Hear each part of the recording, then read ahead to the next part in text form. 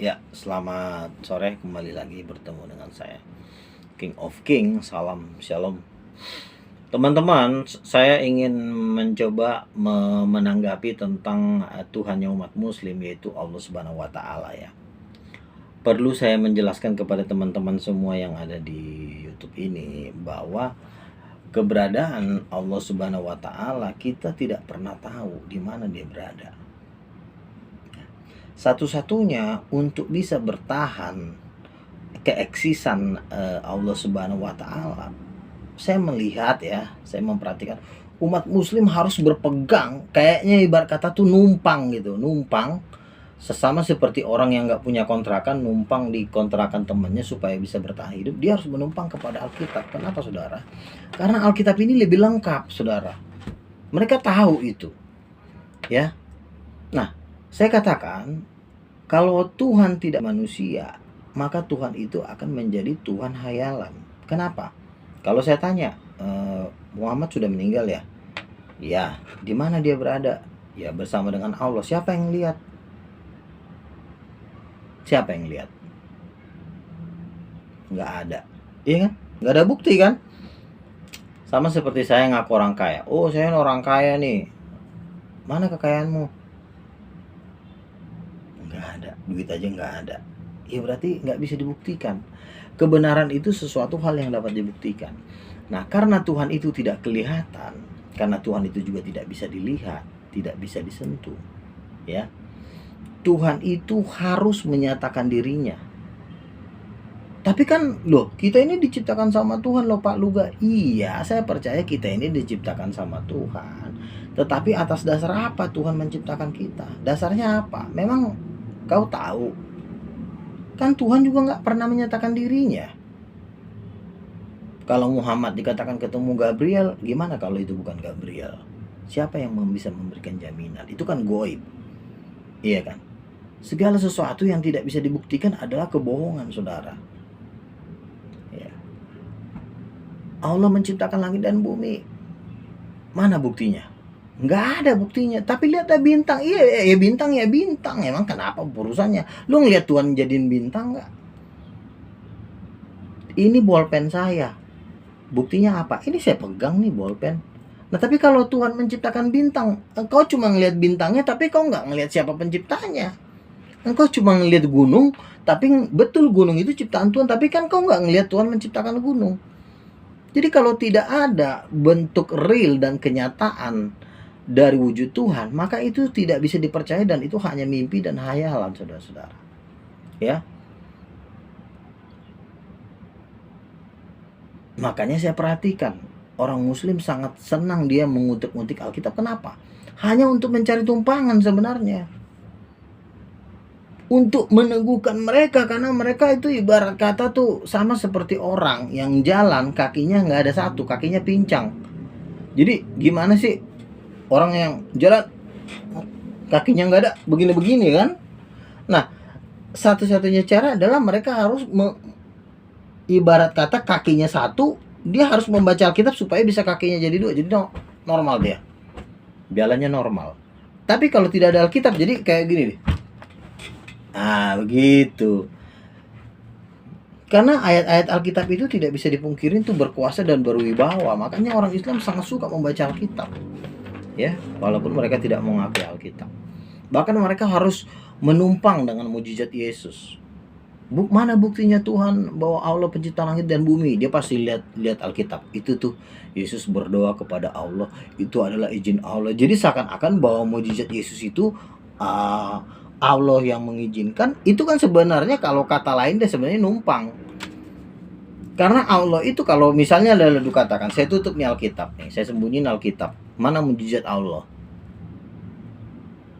Dia pasti nyari nih. Coba lihat di situ, coba lihat di situ. Nah, berarti kan lu numpang namanya.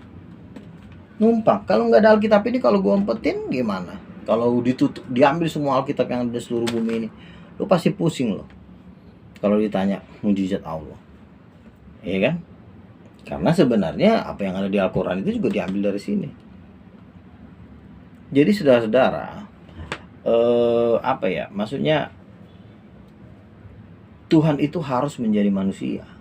Kenapa? Karena kita ini yang mempercayai ini bukan goib. Kecuali saya ini goib, tidak perlu Tuhan menjadi manusia karena sama-sama goib.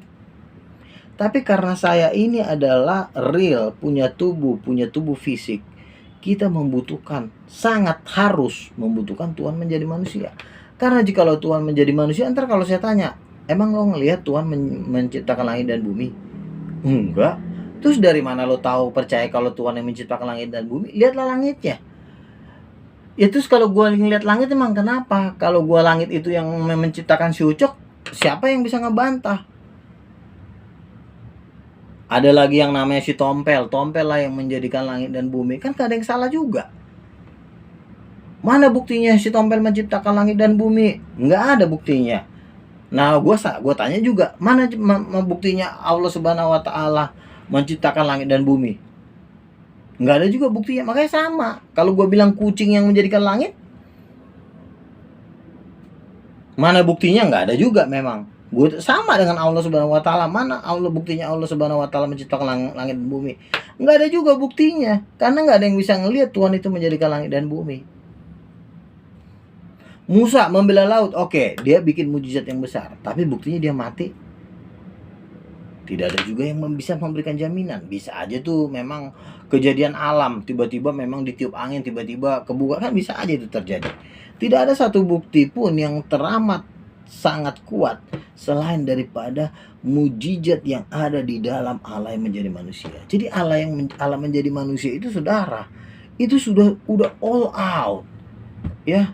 Allah menjadi manusia itu sudah apa ya, sudah nggak bisa lagi dilawan. Itu sudah pekerjaan yang all out, yang tidak bisa lagi dibantah.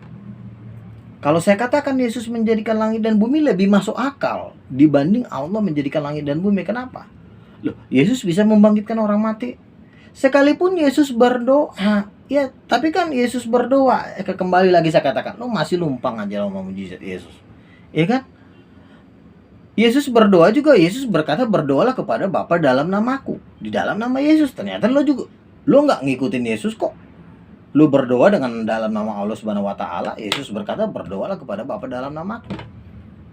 Itu. Jadi umat Islam ini hanya mengambil kesempatan dalam kesempitan. Pada waktu Yesus berdoa, dia masuk, dia mengakui mujizat Yesus punya dia.